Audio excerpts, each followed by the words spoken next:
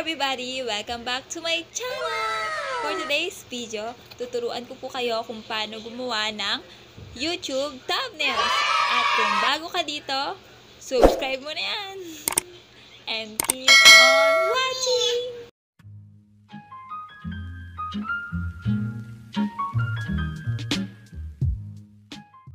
Open nyo po yung apps na Picsart, then pindutin nyo rin po yung plus sign. Tapos, mamili po kayo ng magandang picture. And then, pindutin nyo din po yung cut out para mawala yung background niya. Yan. Then, tagal mag-loading.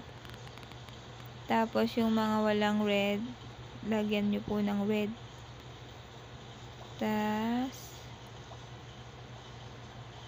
Ayan.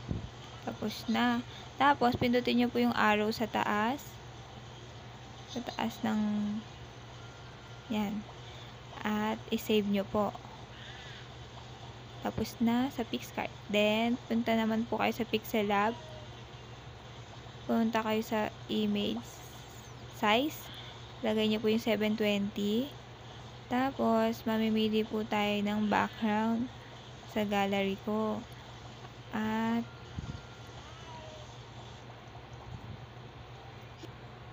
pagtapos niyan, pwede nyo na pong banatin para buong malagyan yung buong background. Yan. Pagtapos niyan, punta kayo sa plus. Punta ulit kayo sa album. At kukunin nyo na yung napili nyong picture na kinat out nyo. And kung gusto nyo lagyan ng shadow, pwede din.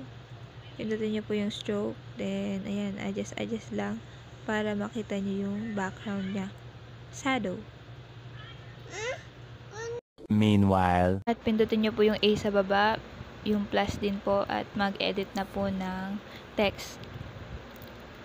And, ilalagay ko pong title ay Easy YouTube Thumbnails.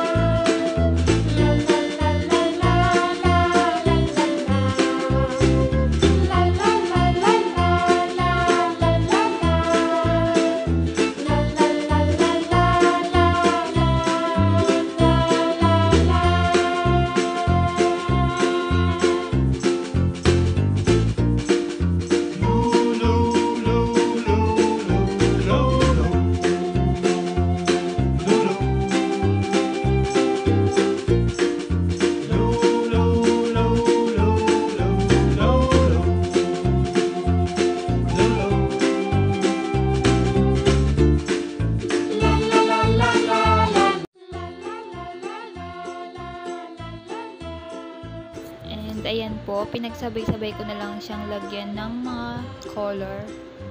At kung gusto nyo yung lagyan ng shadow, yung color, pwede naman. At yun ang gusto ko din. Nilagyan ko ng shadow yung YouTube. At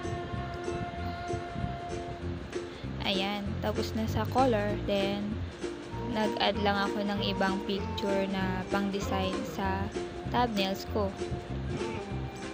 At ganun pa din po, pipindutin nyo pa rin yung plus sign, punta sa gallery, at mamimili ng pictures. Ayan. Ilalagay ko rin yung mga ginamit kong apps sa pag-edit sa thumbnails.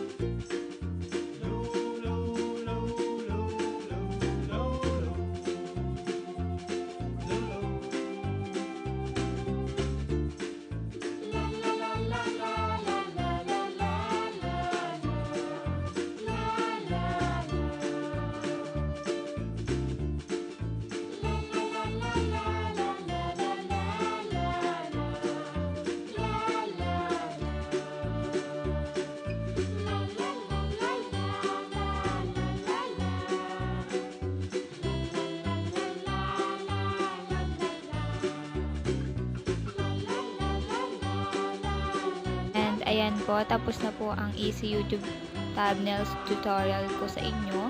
At pindutin nyo po yung katabi ng plus sign para mas save sa gallery. At ayun, ganun kadali lang po gumawa ng thumbnails. Salamat!